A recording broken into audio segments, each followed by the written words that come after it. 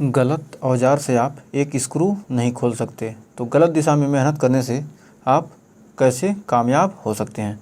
तो क्या कीजिए, आप सही दिशा में मेहनत कीजिए, तभी आप क्या कामयाब हो सकते हैं। तो हेलो दोस्तों, आप सभी का स्वागत है एक बार फिर से एक और नए वीडियो में। आज हम पढ़ने वाले हैं क्लास 10th के मैथ में अभ्यास 6.6 ऐच्छिक चैप्टर है। इसके पहले और दूसरे क्वेश्चन को आज के वीडियो में हम कवर करने वाले हैं। तो आइए समय न बर्बाद करते हुए शुरू करते हैं। पहला क्वेश्चन देखिए क्या करा आकृति 6.56 में आकृति दिया गया है। ये तो हमने अलग से बढ़ा दिया है क्योंकि समय लगेगा बढ़ाने में, समय न बर्बाद आपका किया जाए ज़्यादा। पीएस कोण QPR का समद्विभाजक है। जो पीएस कोण है, जो पीएस कौन है, पीएस जो रेखा है QPR का क्या है, इस कोण का समद्विभाजक है। कोण QPR का समद्विभाजक है तो सिद्ध कीजिए कि QS बटे SR, QS बटे SR बराबर PQ बटे PR, PQ बटे PR के बराबर है। तो सर्वप्रथम हम क्या करेंगे, QP रेखा को आगे बढ़ाया और क्या PS के समांतर एक रेखा RT खींचा, RT रेखा एक खींच दिया, P को आगे बढ़ा दिया और T से क्या किया, मिला दिया। RT को क्या PS के समांतर खींचा। तो आइए लिख देते हैं SP के समांतर एक रेखा खींची, SP के समांतर एक रेखाखंड RT खींचते हुए RT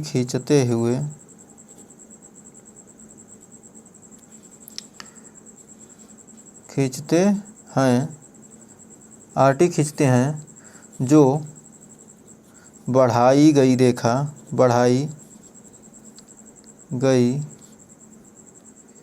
भुजा QP इस भुजा से क्या करती है, T पर को बिंदु T पर मिलती है।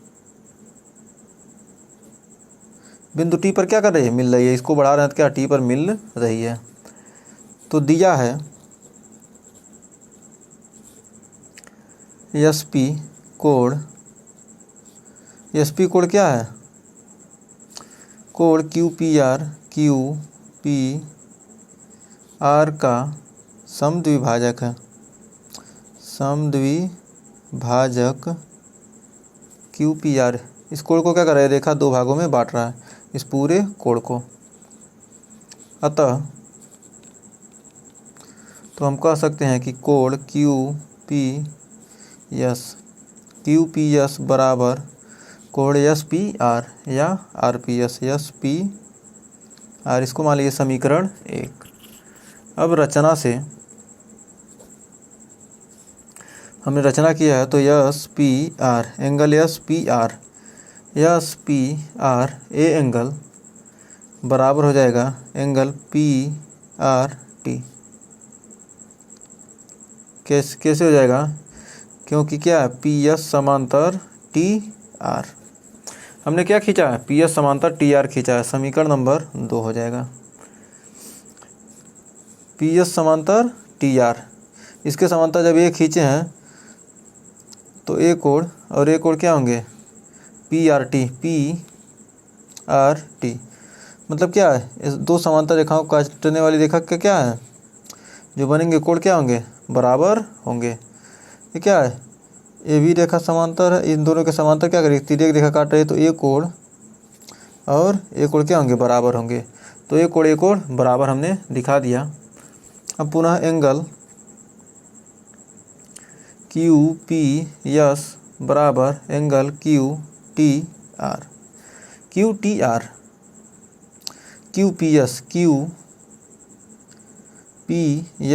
ए एंगल और QTR ये क्या होंगे, एक कोण और एक कोण क्या है, बराबर होंगे, क्योंकि क्या है संगत कोण है ये, क्योंकि क्या है PS समांतर TR। यहाँ पर भी क्योंकि PS समांतर TR है।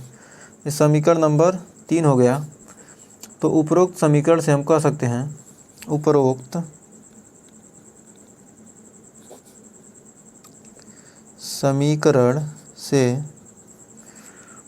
समीकरण से एंगल PRT बराबर एंगल QTR, PRT बराबर QTR। एंगल क्या होंगे, आपस में बराबर होंगे। PRT बराबर QTR, SPR और QPS बराबर होंगे। तो इस प्रकार हम क्या कर सकते हैं, PT बराबर, चूँकि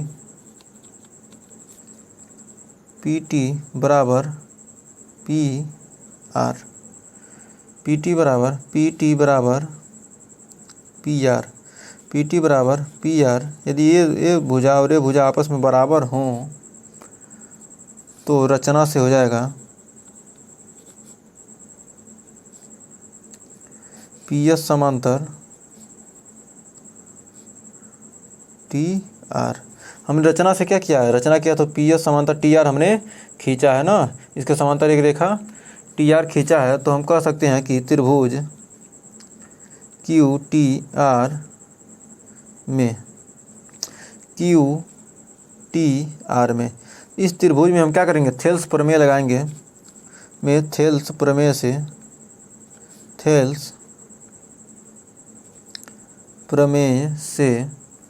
तो थेल्स प्रमेय लगता है, कब लगेगा, थेल्स प्रमेय लगेगा तो हो जाएगा QS बटे SR बराबर QP बटे PT।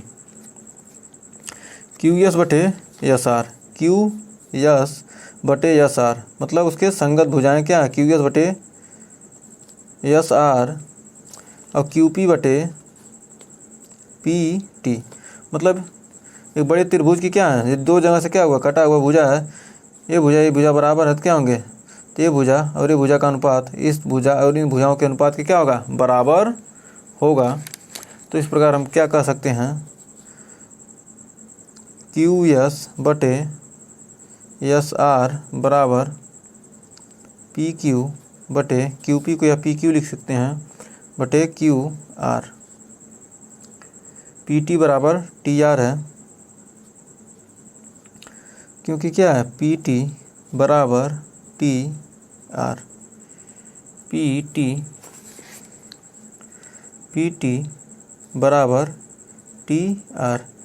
PT बराबर TR। ये भुजा और ये भुजा क्या है, ये भुजा और ये भुजा जब बराबर हैं तो क्या इनके असंगत अनुपात भी क्या होंगे, बराबर होंगे। तो इस प्रकार क्या होगा, यही आपको क्या करना था, QS बटे SR और PQ बटे QR क्या करना था, प्रूफ करना था, जो कि हमने क्या कर दिया, प्रूफ कर दिया। उम्मीद है पहला क्वेश्चन आपको अच्छे से क्लियर हो गया होगा। तो अब आइए बढ़ते हैं दूसरे क्वेश्चन की तरफ। तो देखिए दूसरा क्वेश्चन क्या कर रहा है, आकृति में D त्रिभुज ABC के कर्ण AC पर स्थित एक बिंदु है। D क्या है, त्रिभुज ABC है, इसके कर्ण पर स्थित बिंदु क्या है, एक D है, जबकि BD लंबवत AC, BD पर लंब क्या है, BD क्या है, AC पर लंब है। और फिर कह रहा है DM BC पर लंब है, BC पर DM लंब है और AB पर DN लंब है। तो क्या किया, D को B से मिला दिया। सर्वप्रथम D को B से मिलाया, पहले से मिला दिया है तो कोई दिक्कत लिखने का ज़रूरत है नहीं। तो पहले का सॉल्यूशन करते हैं।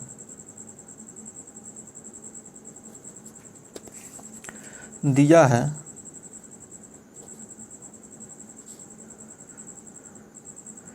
DN समांतर CB, DN समांतर CB, ये और ये दोनों क्या है, समांतर है, जो लंबवत है क्या है, दोनों समांतर हैं।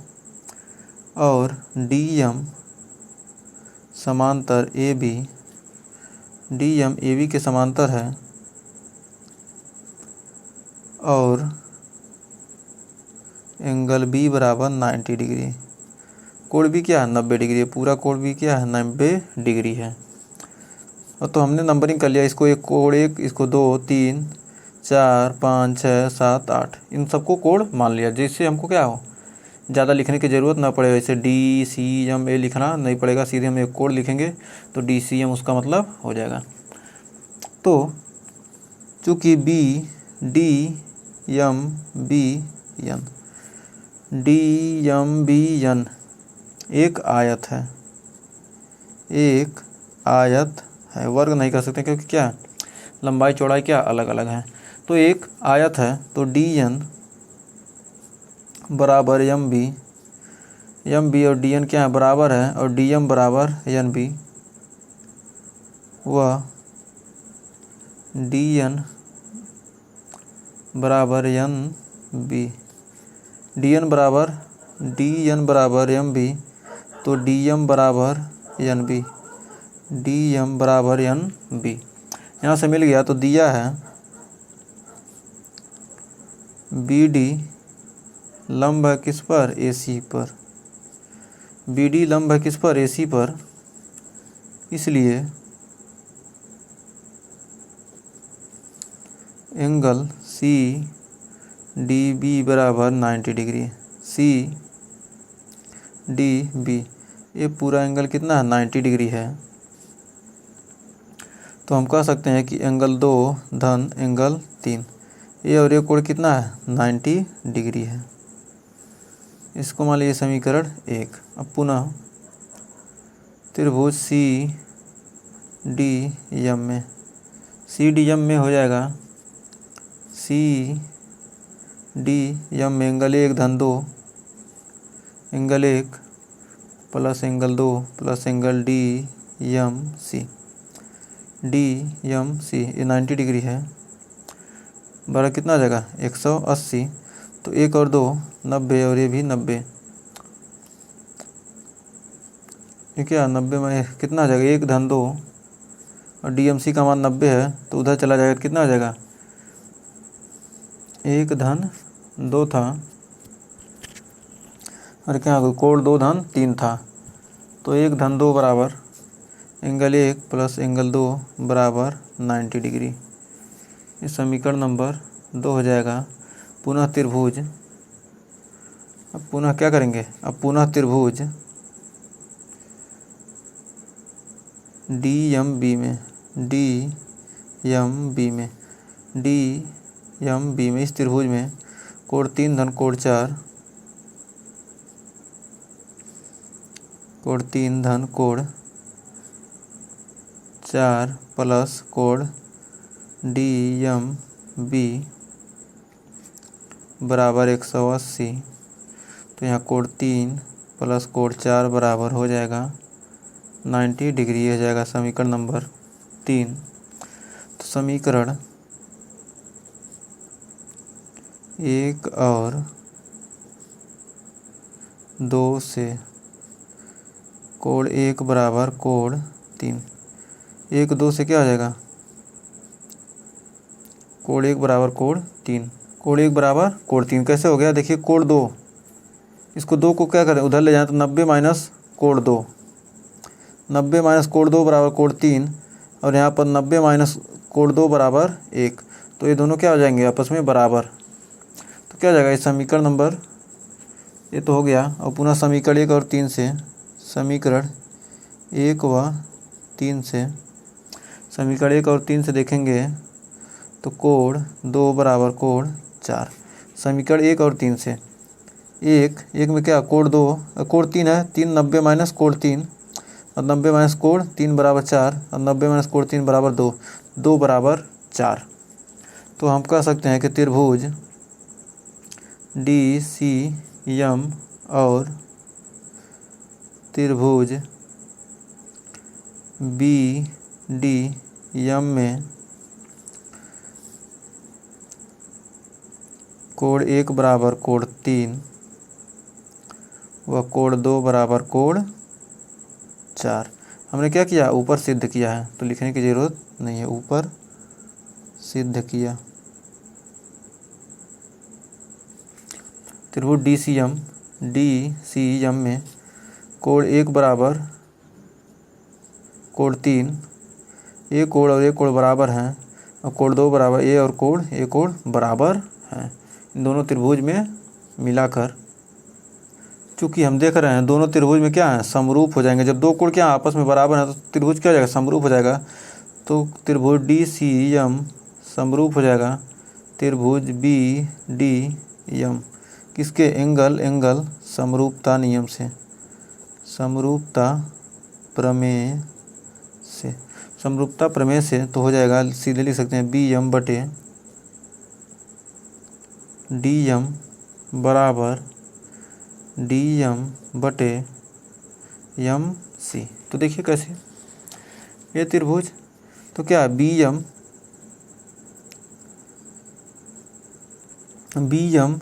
बटे डी एम, एंगल तो हो जाएगा डी एम बटे सी एम। मतलब एक और दोनों क्या है, दोनों में उभयनिष्ठ है तो क्या करेंगे, दोनों ले लेंगे। तो इस प्रकार क्या आ जाएगा, इतना आ जाएगा। तो हम लिख सकते हैं डी एन,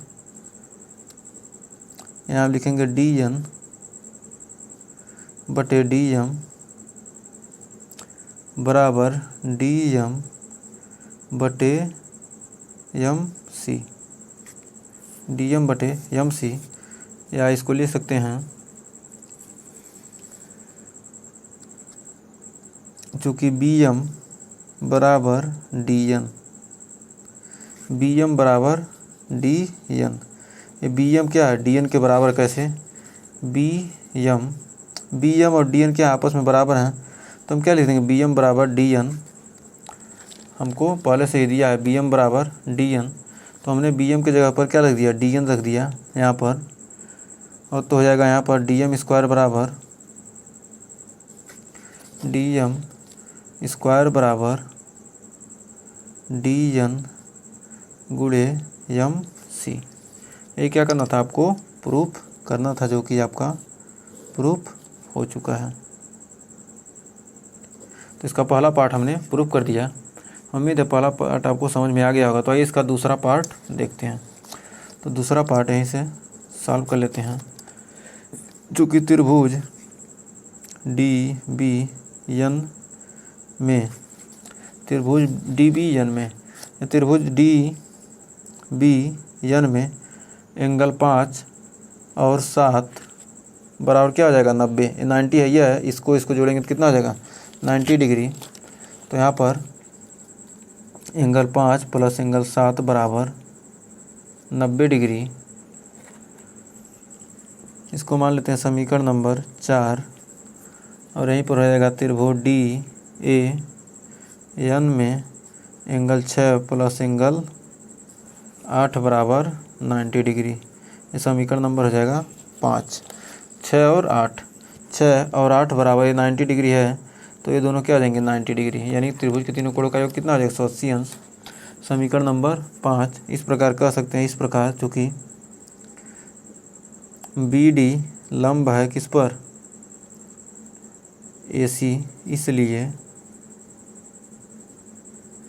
इसलिए हम कह सकते हैं कि एंगल ए डी बी बराबर 90 degree. Angle A D B ये क्या है, ए डी बी, ये क्या हो जाएगा, ये 90 डिग्री हो जाएगा। तो ए डी बी बराबर 90 डिग्री।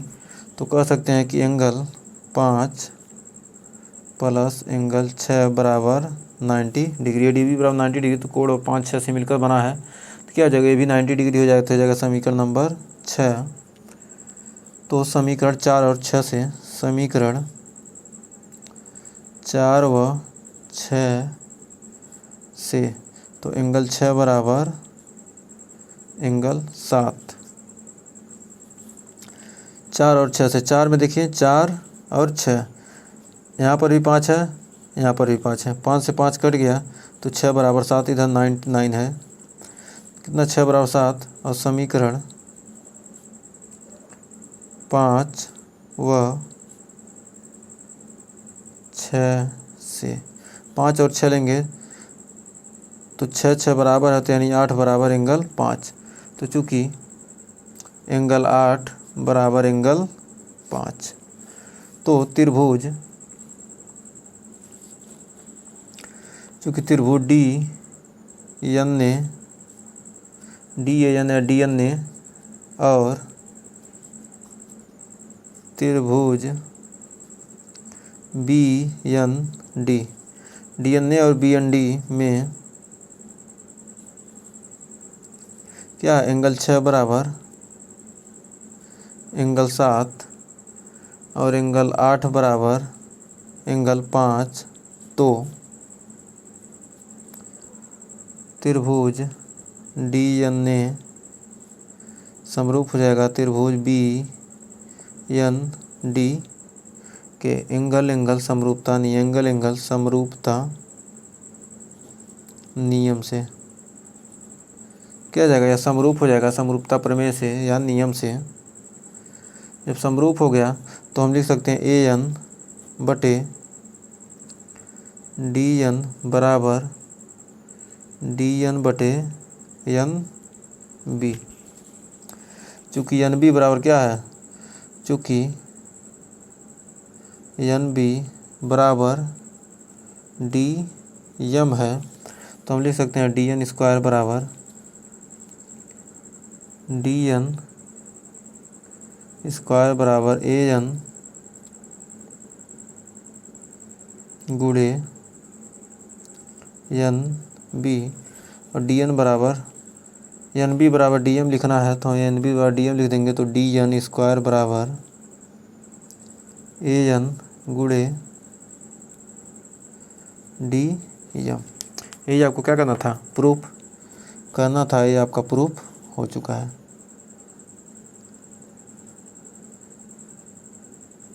उम्मीद है दोनों क्वेश्चन आपको अच्छे से क्लियर हो गए होंगे। अगर दोनों क्वेश्चन पसंद आए हो, वीडियो भी पसंद आया हो, तो वीडियो को लाइक शेयर कीजिएगा और चैनल पर पहली बार किए चैनल को सब्सक्राइब जरूर कीजिएगा। मिलेंगे नेक्स्ट वीडियो में नेक्स्ट क्वेश्चन के साथ, तब तक के लिए टेक केयर।